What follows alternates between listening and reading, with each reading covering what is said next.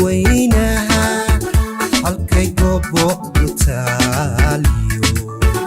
doorashiyo garteedii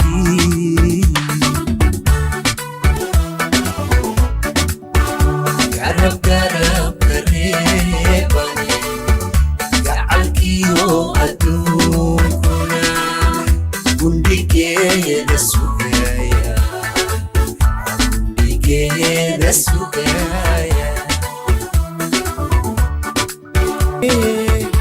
abal qofkii gudiga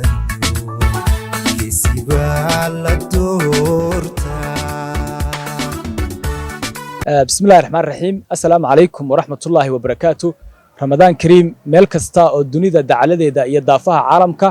dalka gudihiisa aad naga daawanaysaan, waxaad kusoo dhawaataan barnaamijka sharax door oo idinka imanaya magaalada Burco, gaar ahaan maanta aan ku sugannahay hoteelka Isha Burco oo ka mid ah hoteelada ugu waaweyn ee magaalada Burco ku yaala. Sidaad nooga barateen daawadayaal, toddobaad kasta waxaan ku soo qaadanaa mid ka mid ah musharaxiinta u sharaxan golayaasha deegaanka ama baarlamaanka Somaliland, gaar ahaan magaalada Burco. galabta barnaamijka waxaynu ugu martiya mid ka mid ah dhalinyarada aqoon-yahanka ah ee magaalada Burco ku dhashay, ku barbaaray, waxna ku bartay, kaasi oo ka sameeyay horumarka isagoo Burco jooga, maantana doonaya inuu Burco noqdo maamulka degmada Burco ka mid noqdo ama xildhibaanada golaha deegaanka ee degmada Burco. waa Xamse Baashe Laandhe. ugu horreyn Xamse, barnaamijkan ku soo dhaweynaya. Xamse, soo dhawow. ugu horreyn aad iyo aad baad mahadsantahay Maxamed, waana ku dhowahay barnaamijka. aad iyo aad nabad mahadsantihiin adiga iyo bahda TV-ga Sahan TV. aad iyo aad baad mahadsantihiin, waana dhowahay. aad baad mahadsantahay Xamse. intaynaan guda gelin su'aalaha barnaamijka, waxaan jeclahay Xamse inaan si kooban taariikhdiisa ama backgroundkiisa waxa loo yaqaan afka qalaad aan idin dul maro. Xamse Baashe Maxamed, laakiin aan isoo Xamse Baashe Laandhe loo yaqaano, musharaxa golaha deegaanka ee degmada Burco weeyaan. Xamse waxa uu ku dhashay magaalada Burco, waxaana ku barbaaray magaalada Burco, waxa uu wax ku bartay magaalada Burco heerka dugsiga hoose, dugsiga dhexe, dugsiga sare ilaa jaamacadda. intaa kadib Xamse waxa uu bartay culumta caafimaadka oo jaamacadda ka bartay, gaar ahaan cilmiga loo yaqaano public health. Xamse iminka waxa weeye mid ka mid ah barayaasha magaalada Burco ama gobolka Togdheer wax ka dhiga jaamacadaha, sidoo kalena dugsiyada sarena wax ka dhiga ilaa hadda, isagoo ah musharax. mar kale Xamse oo ah macallin magaalada Burco wax ku bartay, isaguna wax ka dhiga maanta, haddana doonaya inuu iska sharaxo magaalada Burco oo noqdo maamulka golaha deegaanka ama xildhibaanada golaha deegaanka kusoo biiro. Xamse kama marna cilmiga maamulka iyo maareynta oo runtii isagana waanu ka marnayn taariikhdiisa ayay ka mid tahay. waxaan jeclahay Xamse inaan barnaamijka si toos ah ugu galo. waxaana jeclahay su-aasha ugu horeysa barnaamijkeena inaan ku weydiiyo Xamse waxaa soo taagtay xildhibaanada musharaxnimada golaha deegaanka ee degmada Burco. ugu horreyn waxaan jeclahay inaan ku weydiiyo, maxaa kugu kalifay inaad soo sharaxdo golaha deegaanka ee degmada Burco? waa si fiican Maxamed, aad iyo aad baad mahadsantahay. waxa weeye waa kaaga mahad celinaya janiskaad siisay maanta inaan bulshadeeda la hadlo. waxaa igu kalifay inaan isu sharaxo golaha deegaanka degmada Burco waxaa ugu waaweyn laba qodob. qodobka koowaad waxa weeye waxaan ku dhashay anigu magaalada Burco, waxaan ku soo barbaaray magaalada Burco, waxaan wax ku bartayna magaalada Burco. sidaa daraaddeed markaan arkay dib u dhacyo fara badan oo ka jira magaalada Burco, khaasatan dhinacyada waxbarashada asaasiga, maxaa la yidhaha fayadhowrka iyo caafimaadkii, jidadkii, naqshadayntii magaalada, taas waxay igu kaliiftay inaanan waxa weeye u fayto oo ii dhiirigelisay inaan u fayto isuna sharaxo golihii degmada ama golihii deegaanka degmada Burco. taas waa ka mid. qodobka labaad ee igu dhiirigeliyey inaan isu sharaxo waxaa ka mid ah inaan dhiirigeliyo dhallinyaradan ka mid kahay oo maanta la hanjabiyey. sababta loo hanjabiyo waxa weeye dhallinyaradii maxaa la yidhahdaa laga faa'iidaysan lahaa xooggoodii iyo maskaxdoodii in maanta waxa weeye la hanjabiyo oo boqolkiiba 80 maxaa la yidhaahdaa mansabiyada maanta ka jira dawladda ay hayaan boqolkiiba 80 dad ah ama hawlgab ah. saa daraaddeed dadkii dhallinyarada ay haldoorka ay aqoon-yahanka ahaa ee dadka iyo dalkaba wax u bartay inay maanta ay yihiin dad ka baxsan maxaa la yiraahdaa xayndaabkii siyaasadda ama xayndaabkii dawladnimada ay ka soo gali lahaayeen. taasna waxay keenaysaa in dhalinyaro fara badan oo han lahaa, dhalinyaro fara badan oo aqoon-yahan oo dalka wax u bartay ay waxa weeye position ay dalka ka soo galaan ay waayaan taasna waxay igu dhiirigelinaysaa ama markaan eegay ay igu dhiirigelisay inaan noqdo musharax ka mid ah musharaxiinta degmada Burco u tartamaya golaha deegaanka inaan sidoo kalena ku dhiirigeliyo dhalinyaradu inay soo sharaxaan kana muuqdaan maxaa leh mansabyada dawladda noocyada kala duwan inay ka muuqdaan golayaasha kala duwan ee deegaanka iyo baarlamaanka si ay iyaguna horumar u sameeyaan hamigoodana ay u gaaraan labada qodob ugu weyn labada qodob ee aan waxa weey soo sharaxay waad maasantahay Xamse runtii waxaan filayaa inaad si qoto dheer uga hadashay waxyaabaha ku kalifay inaad soo sharaxdo golaha deegaanka degmada Burco anoo ku sii soconaya barnaamijkeena muxuu yahay waxa ugu weyn oo door bidayso inaad isbedel ka samayso Xamse haddii aad ka mid noqoto xubnaha golaha deegaanka degmada Burco aad iyo aad baad maasantahay Maxamed waxaan filayaa waxyaabo fara badan baa qorshayaasha igu jira inaan degmada ka qabto oo ay maxaa la yiraahdaa oo ay ka mid yihiin haddii aan ku guuleysto insha Allah taala xubinimada golaha deegaanka inaan ka bedelo degmada Burco waxa kamid ah number 1 ka horta in waxbarashada asaasiga wax laga bedelo oo waxbarashada asaasiga marka leenahay waa waxbarashada dugsiyada hoose dhexe waxbarashada dugsiyada hoose dhexe waa meelaha inoo soo saara mashiinka bulshada hadhow tolo hoggaanka u noqonaya waana meelaha u baahan in aad loo dhiso saadiraad anigu taa ka duulaya waxaan leenahay dawlad maxaa la yiraahdaa waxbarashada iskuulada dawliga ah in la siiyo kabkaas la siinayo in lagu daryeelo korna loogu qaado waxbarashadii iskuulada sidoo kalena khaasatan si ay uga faa'iideystaan dadkii danyarta ahaa ee aan awoodin inay tagaan iskuul maxaa la yiraahdaa private taas waa qorshaha koobaad qodobka labaad aan isleeyahay waxbaad ka bedeli kartaa waxa weeye waa caafimaadka iyo fayadhowrka maanta waxaan ognahay jidadka waaweyn ee magaalada Burco inay yaalaan qashin in waxa weeye halboolayaashii magaalada markaad aragtid aad ku arkaysid qashin taas waxay keenaysaa sixo xumada iyo caafimaad xumada iyo xanuunada faafa ee waxa weeye bulshada ku faafay intooda ugu badan bay ka qayb qaadanayaan taa waxaan isleeyahay insha Allah taala inaan wax ka bedelino waxyaabaha ugu badan aan ka bedelino waxa weeye inaan u sameeyno meelo gaar ah oo loogu talagalay in qashinka lagu ilaaliyo sidoo kale waxaan sameynaynaa baabuurta qaada inay noqdaan baabuur qafulan oo qashinka xafidi karaya oo ah markay meel ka qaadaan qashinkii inuuna ku sii dhextaadan magaalada gudaheedii oo waxa weeye dhibaato labaad baa in qashinkii magaalada ka qaadaan oo ay intay sii sidaan isla magaaladii ay ku sii dhaxwadaan haddana qashinka kaga sii daadanayo marka taas waxa weeye fayadhowrkii magaalada inaan training u sameyno xaafadaha ama maxaa la yiraahdaa bulshada xaafadaha degan si ay u ilaaliyaan caafimaadka deegaankooda iyo xanuunada faafa ee ka imanaya qashinkan ay deegaankooda ku qubayaan in waxa weeye training aan u siino inay bartaan oo aan ku dhiirigelino bulshooyinkii maxaa la yiraahdaa ka hortagga qashinka iyo sax xumada deegaankooda sidoo kale waxaan noo qorshaysan in wax laga qabto maxaa la yiraahdaa xiriirka dadweynaha iyo dawladda hoose waxaan maanta aan xogogaal u ahay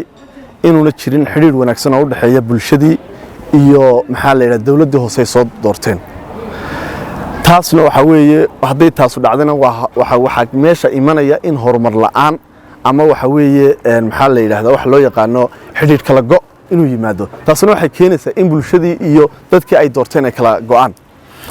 marka maanta waxaan doonaynaa inaan wax ka qabano inaanu sameeyno dhiirigelino bulshooyinka na soo doortay ee degmada Burco ah inaan xiriir toos ah la sameeyno inaan sektarada kala duwan ee bulshadu u qaybsan tahay mid walba xiriir gaar ah la sameeyno inaanu sameeyno maxaa la yiraahdaa shaqooyinka dawladda hoose qabanayso bulsho kasta oo ku taxalluqda noocay doontaa noqotay inaan xiriir gaar ah la sameeyno waqti gaar ahna u sameeyno waxyaabaha aan aaminsanahay maxaa la yiraahdaa inaan wax ka bedeli karno waxa kamid ah maxaa la yiraahdaa qaab dhaqaal ururinta degmada in qaabka dhaqaalaha loo soo ururiyo degmada inaan wax ka bedelno madmadow fara badan ku jiro in maanta u bedelno hab computerized oo hab technology oo maanta dunida waxaan ognahay inay dunidu isu bedelayso technology in laga gudbayo habkii hore habka technology la wada isticmaalayo inaan u bedelno markaa maxaa la yiraahdaa dawladda hoose hab lacag ururinteediina hab waafaqsan technology sidoo kalena maxaa la yiraahdaa waxyaabihii dawladda hoose ka shaqayn jirtay sida mulkiyadihii araajidii dhulka dadka dadweynaha iyo dadka maxaa loo yaqaanaa kuwa dawladdu bay leedahay in laga dhigo hab computer laguna xisaabiyo hab computer oo technology-ga oo computer-ka gashan sidoo kale waxyaabaha aan ii qorshaysan inaan wax ka bedelo waxa kamid ah wadooyinka maanta waxaan ognahay wadooyinkeenu in fara badan waliba wadooyinka halbowlayaasheena inay burbursan yihiin meelaha magaaladeena laga soo galayo ee magaalada markuu qofku dibadda ka yimaado uu ka soo galayo inay burbursan yihiin waxa weeye waxaan aaminsanahay wadooyinku inay yihiin halbowlayaasha magaalada inay yihiin maxaa la yiraahdaa meelaha maxaa la yiraahdaa bulsho ay ka hormarto sidaa daraadeed in wadooyinka aanu dhisno wadooyin waafaqsan maxaa la yiraahdaa sida caalamka wado waafaqsan maxaa la yiraahdaa qaab dhismeedka caalamka ay u dhistaan wado lagu kalsoonaan karo wado leh rajo fiican oo muddo maxaa la yiraahdaa waqti go'an yeelanaysa sidoo kale maxaa la yiraahdaa wado aanu siino maxaa la yiraahdaa dadka dhisaya dad aqoonteeda leh oo dadkii bartay maxaa la yiraahdaa engineerska wadooyinka ku taxalluqa inaanu siino shirkadaha sida daraadeedna lagu dabagalo oo ay wadadu yeelato guarantee period oo waqti laga tijaabinayo waqti ay wadadaasi ay burburka keeni karto la ogyahay maxaa la yiraahdaa meelihii ay biyuhu marayeen ay keenayso waxaan ognahay maanta magaaladan marka biyo roobab da'an ama daadad yimaadaan in laamiyadeenna ay biyuhu marayaan inaan looguba talagelin biyuhu meelay maraan saa daraadeed in loo dhiso wado biyuhu meelay marayaan iyo wado maxaa la yiraahdaa tayo leh oo maxaa la yiraahdaa wado aan burbur ka iman karin marka la dhiso kadib taas waxa weeye wax qabadkaan leenahay way farbadan yihiin sidoo kalena waxyaabaha ay qorshaysanayna wax ka qabdan waxa kamid ah dhalinyarada iyo ciyaaraha dhalinyaradu waa wadnaha bulshada sidoo kalena ciyaaruhu waa qaab dhisme waxa weeye ciyaaruhu waa qaabka ugu wacan ay ku soo bixi karaan dhalinyaro maskax ahaan iyo jir ahaan ba caafimaad qaba sidaa daraadeed dhalinyaradu waxay u baahan yihiin in la dhiirigeliyo in loo dhiso garoono ku filan in laga shaqeeyo isdhexgalka dhalinyarada si looga faa'iideysto maxaa la yiraahdaa maskaxdooda iyo maxaa la yiraahdaa xoogooda labadiiba saa daraadeed taasna aan dhiirigelinaa inaan garoono ku filan aanu dhalinyarada u samayno waxyaabahaas waxay imanayaan waxa weeye waxyaabahan ii qorshaysan hadduu alla ka dhigo haddaan ku guuleysto inaan qabto hadduu alla ka dhigo haddaan kusii socdo xamsow sidaad sheegtay waxaad nin magaalada burcod intuu joogay aan dhinacan uga bixin marka marna ku fakartay inaad ka mid noqon doonto cidda maamulka magaaladaasi majaraha u qaban doonto maxamed aad iyo aad baad mahadsan tahay haa waan ku fakeray dawaaqicuna waa ku tusayaa de markaa tahay qof degmadiisii jooga wax ku bartay ku barbaaray arkaya waxqabad la'aanta iyo horumar la'aanta ka jira degmadiisii de waad ku dhiiranaysaa inaad ka mid noqoto dadka waxa weeye u talinaya degmadooda horumarka degmadooda ka qayb qaadanaya waad maasanta xamse ma isleedahay hawshan cid unbaa kugu dhiirigelisay ama yaa kugu dhiirigeliyey inaad maanta musharax noqoto way fiican su'aashaas dhiirigelinta horta dhiirigelinta waxaa dhiirigelinta koobaad sameynaya waxa weeye waa waaqaca dhiirigelin kuu sameynaya oo ku dhiirigelinaya oo wuxuu kugu dhiirigelinayaa dee degmadii markaa ama meeshii aad joogtay aad arkaysa inaan horumarba ka dhalanayn aan horumarba ka soconayn dee waaqic wuxuu kugu dhiirigelinaya inaad ka mid noqoto maxaa la yidhahdaa dadkii waxqabadka ama horumarka u samayn lahaa degmada marka dhiirigelinta koobaadba waxaa noo ah waaqaca aad baad maasanta xamse haddaan ku weydiiyo su'aal yara sal ballaaran markaan soo eegno laakiin shaqada aad u socoto inaad qabatid xamse adigu maxaad dowladda hoose maxaad u taqaanaa maxaad si ka aaminsantahay shaqadeeda waa su'aal fiican waana su'aal la doonayo inay bulshadu fahanto waa su'aal la doonayo musharaxiinta ka sharxan degmada ee u sharxan golaha deegaanku inay fahmaan dowladda hoose maxay tahay dowlad hoose waa qayb ka mid ah horta dowladda waana muraayadda ay iska daawato dowladdu idilhaanteedba dowladda hoose waxay ka mid tahay meelaha looga arrimiyo degmada u qaabilsan dowladda in looga arrimiyo markaa degmadii ama magaalooyinkii ama caasimadihii marka waxay dowladda hoose ka kooban tahay oo ka mid ah inay soo doortaan bulshadii waa koox ka mid ah kooxii maxaa la yiraahdaa golaha deegaanka ee laga soo doortay bulshada u imanaya degmadii ka koobnaanaya gudoomiye ku-xigeen xoghaye iyo xisaabiye iyo xubno maxaa la yidhaahdaa ka mid ah golihii deegaanka markaa kuwaas waa markaa waxay noqonayaan waa golihii deegaanka iyo dowlad hoose waxay tahay markaa dowladda hoose waxaan hadaynu si u sheegno waxay noqonaysaa waa muraayadii ay dowladda guud ahaan iska daawanayso de waxay u qaabilsan tahay dowladdii dhamme guud ahaan dowladdiiba waxay u qaabilsan tahay de degme kasta ama magaalo kasta ama caasimad kasta in horumar ka socdo dowladda waxay u qaabilsan tahay dowladdii hoose saa daraaddeed shaqooyinka ay dowlad hoose qabataa way fara badan yihiin ee loogu talagalay inay maxaa la yidhaahdaa dowladda hoose qabato xeer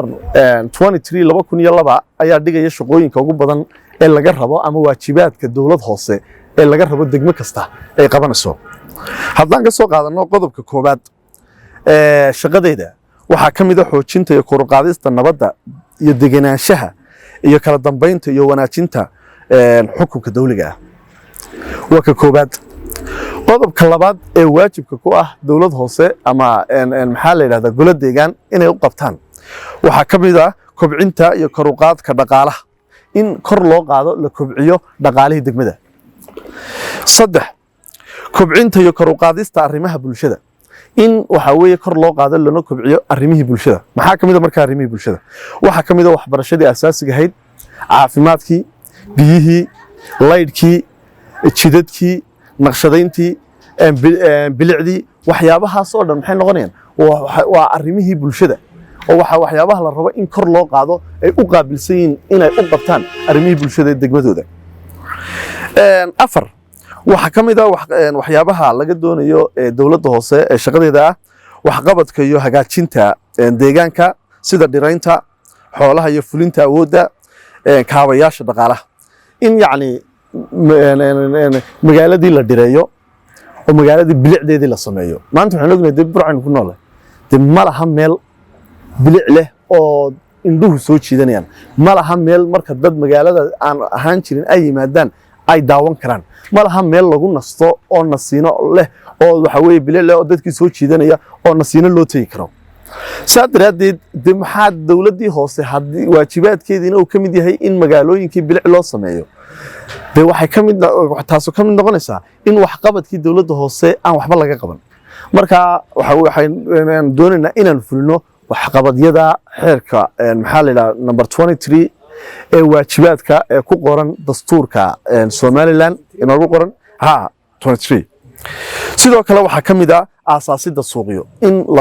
la asaaso oo bulshadii loo asaaso suuqyo kalluumaysiga suuqyo xoolaad maxaa la yidhaahdaa